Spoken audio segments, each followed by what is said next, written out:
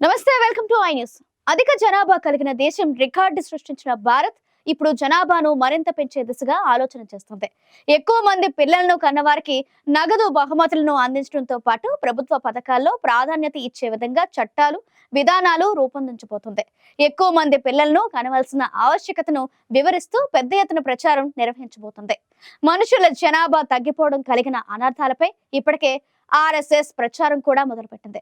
చంద్రబాబు, స్టాలిన్ లాంటి ముఖ్యమంత్రులు కూడా జనాభా నియంత్రణకు బ్రేక్ వేసే అధిక సంతానాన్ని కనాలని ప్రజలకు పిలుపునివ్వడం ప్రారంభించారు.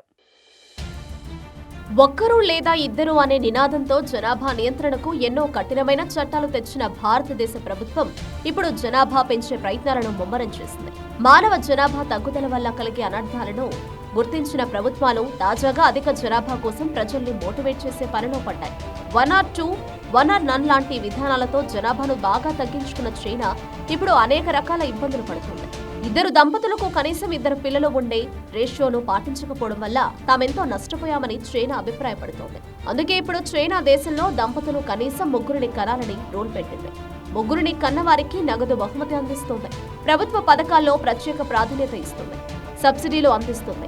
చైనాను ఆదర్శంగా తీసుకుని భారతదేశంలో కూడా అధిక జనాభా కోసం ప్రయత్నాలు ప్రారంభించాలని కేంద్ర ప్రభుత్వానికి వెన్నుముక అయిన ఆర్ఎస్ఎస్ గట్టిగా డిమాండ్ చేసింది. కనీసం 3 కనండి అని ఇటీవలే ఆర్ఎస్ఎస్ చీఫ్ మోహన్ భగవత్ పిలుపు కూడా ఇచ్చారు. మానవ జాతి నశించిపోతున్నదని, దీన్ని కాపాడుకోవాలని కోరారు.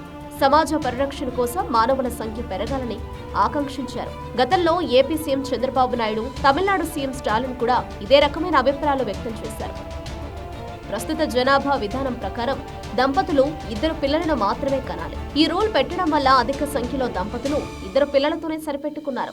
అయితే అందరూ 2 కాకుండా కొందరు 1 కనడం, పుట్టిన వారిలో కూడా కొందరు చనిపోవడం వల్ల జనాభా పెరుగుదల బాగా తగ్గిపోతుంది. కనీసం 2.1 రేటుతో జనాభా వృద్ధి జరగాలని నిపుణులు చెబుతున్నారు. కానీ భారతదేశంలో పరిస్థితి చాలా భయంకరంగా మారుతోంది.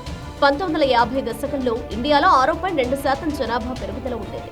2021కి వచ్చేసరికి అది 2%కి పడిపోయింది. 2050 నాటికి 1.29%కి, 2100 వచ్చేసరికి 1.04%కి పడిపోయే అవకాశం ఉందని సర్వేలు వెల్లడించాయి. దీంతో ప్రభుత్వం అప్రమత్తమవుతోంది.